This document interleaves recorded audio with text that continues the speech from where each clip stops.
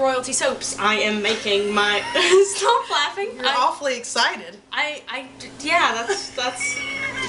Hello! Today we are making the most requested video ever, and that is how to make the little soap gumballs that I put on top of some of my soaps. Now, some of y'all have been calling them soap balls, and I just can't bring myself to call it that. Inappropriate? Soap ball. That reminds me of the big balls. Hey, no. Good night and big balls. Yes. This is a family-friendly site. As is that show. Yeah, right. It's just a little innuendo for the adults there. That's awesome. No one else knows. So I'm going to let Mother do the majority of this because it is just melt and pour, as I've told y'all all the time. It's really, really easy. It's so easy she can do it, and she's never made soap before. Well, that's true. So I've already measured out all the ingredients, and let's get started. Okay. Now the first thing to show you guys is the mold that we use. You have to buy this certain type of mold or else you are not going to get the soap gumballs the same as mine. This is the Brambleberry small silicone 9-ball mold. I have 4 of them, but of course they come like this. They're $9 for one. And they have 3 different sizes. They have small, medium, and large. If you don't get the small, it won't... What are you doing? I'm just trying to show them how big they are. It's like it includes the first digit of your finger. Right. What is this? Small, medium, or large? This is small. You have to get small. Now, the next thing that you're going to need is low sweat melt and pour. I have 6 ounces here. That should be enough to fill 3 of them is what I think. That's my calculations, however. We'll see once we fill it up, and that way y'all can judge accordingly. Here's my little pipette that has already been used, but we're just using it to stir anyway because I'm going to pour it. Now, why wouldn't you just use a spoon?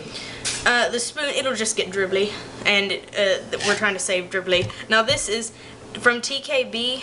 Y'all saw me get this in a Presents and Parcels video. This is part of the Kitty Colorants set. It's called Chocolate Raisin, and since we're making the chocolate soap balls to go on top of Chocolate Decadence, then this is what we're going to be using to color the soap. Why is this considered part of the Kitty?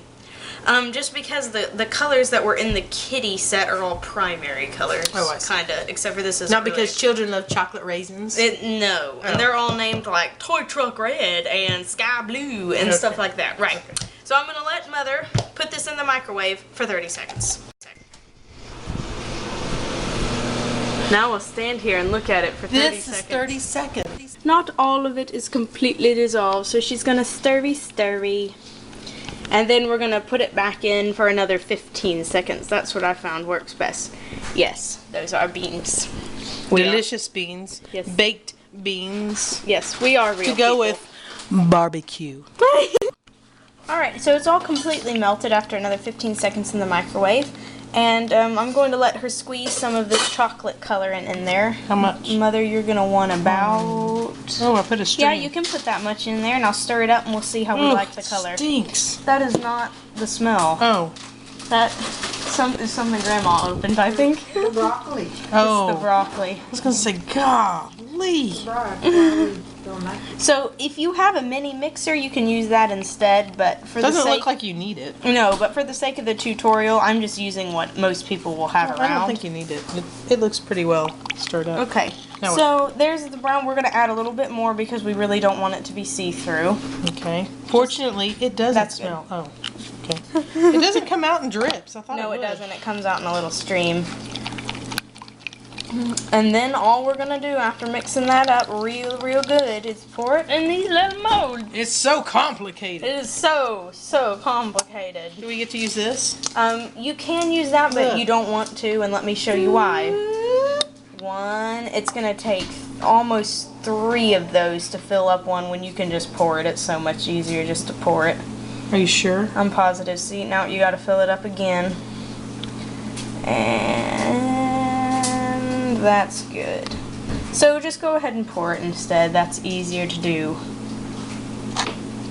Mother's also very good at not dribbling, which is a lot better than I am. Because I make muffins. Yeah.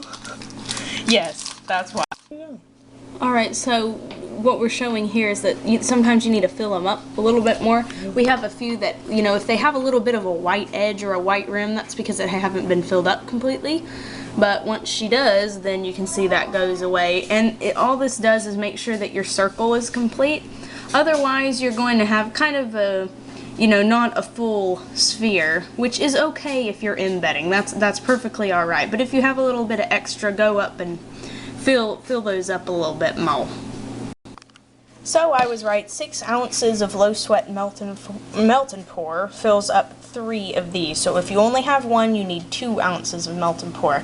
And the reason why you use low sweat is because when you put it on cold process, especially if you insulate your soaps, which I don't recommend doing if you have these on top because it will melt the glycerin soap, is because when you're in a humid environment, because, you know, of the weather, or, you know, if you have laundry going or whatever, glycerin attracts moisture to it, so it'll get these little beads on top. And the low sweat, I guess it has less glycerin. I don't really know exactly the science behind that, but it essentially makes less of those beads, and it's harder to get it to that state.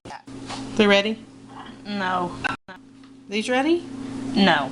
No. Are they ready? No. What? Now? No. What about that? Well, I was checking to see if it was ready. You're a cheater. So I went ahead and did what we weren't supposed to do, which is put these in the freezer. Again, it just increases the chances of them sweating, but we're going to unmold them now. So all you do is you pull on the sides and push on the bottom, and they'll come right out. How long do you say it took these to get hard? Oh, 30 minutes, 45 Yeah. minutes, kind of a long time. Kind of a long time. However, we do live in Texas, so... It's like hopping a zit. Ew. It is, look. I didn't want to hear that.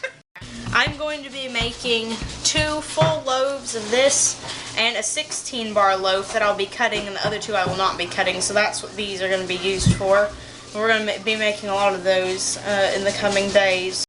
Alright, so that's how you make the little soap gumballs. It's really, really easy. It doesn't take a lot of time. It doesn't take... The maturity of her is outstanding. This isn't a maturity issue. This is whimsical fun. You heard that. Whimsical. Right after this, I'll be changing diapers and doing laundry, so, you know, 5 minutes to make little soap eyeballs. Thanks y'all for watching. There's a subscribe button below, and when at the end of the video, you can hit like if you like this. Oh, she's dropping my stuff. I think I dented it.